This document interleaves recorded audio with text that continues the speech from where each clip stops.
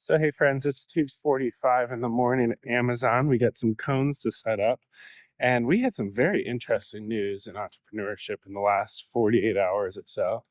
I have one 10K client and three 15K clients, all pending. And just like horseshoes and was it cigars or grenades, like close doesn't count in sales. Like until a client is fully closed and the bank has received funds, uh, it doesn't count.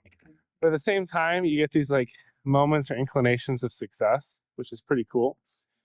And it's really exciting for me after hitting zero 3 times in 2 years across 2 countries, 4 kids, and all the risks we've taken, including working third shift now 9 months.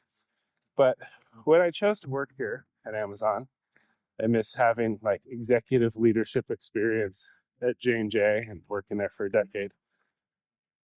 One of the main reasons I did it was to have selectivity, both with potential jobs, if I ended up getting a job in medtech, but also for finding the right clients if we let this whole consulting stealth mode entrepreneurial experiment pan out.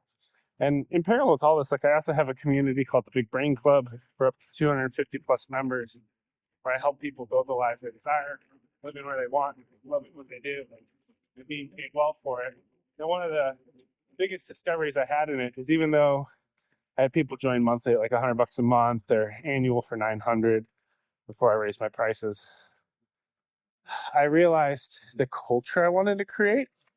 I didn't want to create a culture that was pushy from a sales perspective and toxic, which is really common with like anything that involves a digital course stack and community online.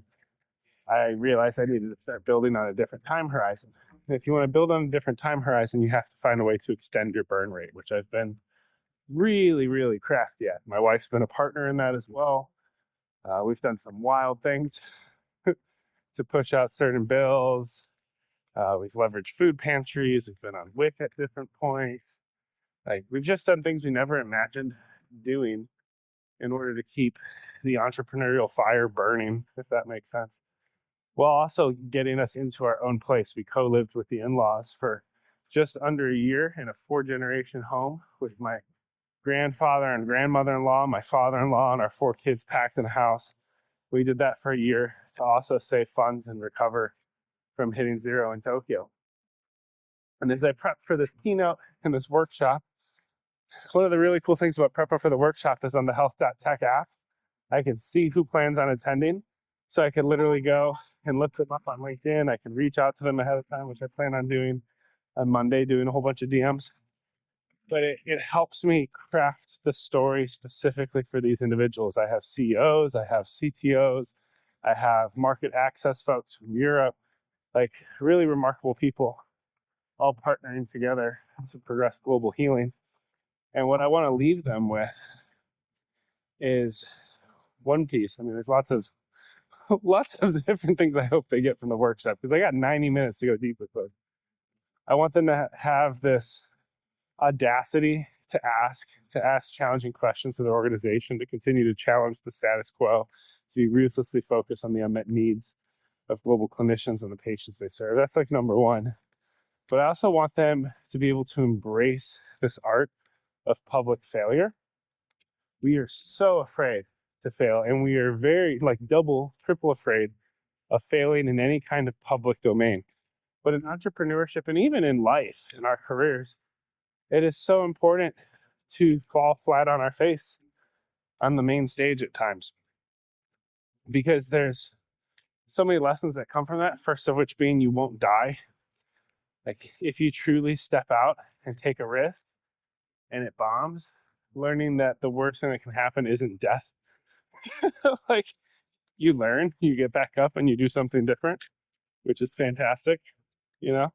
So I think that's the first thing, because if you're developing a product, if you are trying to present the mission and vision of what you're building towards, you're not going to say the first words right the first time. Like, you never get it 100% right the first time, no matter how much you agonize over the copy you write and the script or the video.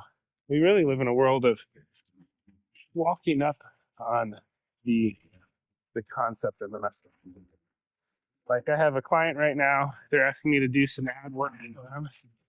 And while I could agonize over it for weeks, if not months, in a vacuum and then put out one piece of content, once it's done and it's sparkly and it's perfect and it's approved, I had this brilliant idea, self-proclaimed brilliance, of like, I'm going to put out a messy, rough draft on LinkedIn, and I'm going to tag every seasoned marketer that I know and just invite them to rip it up. I'm going to give them access to the files on Canva.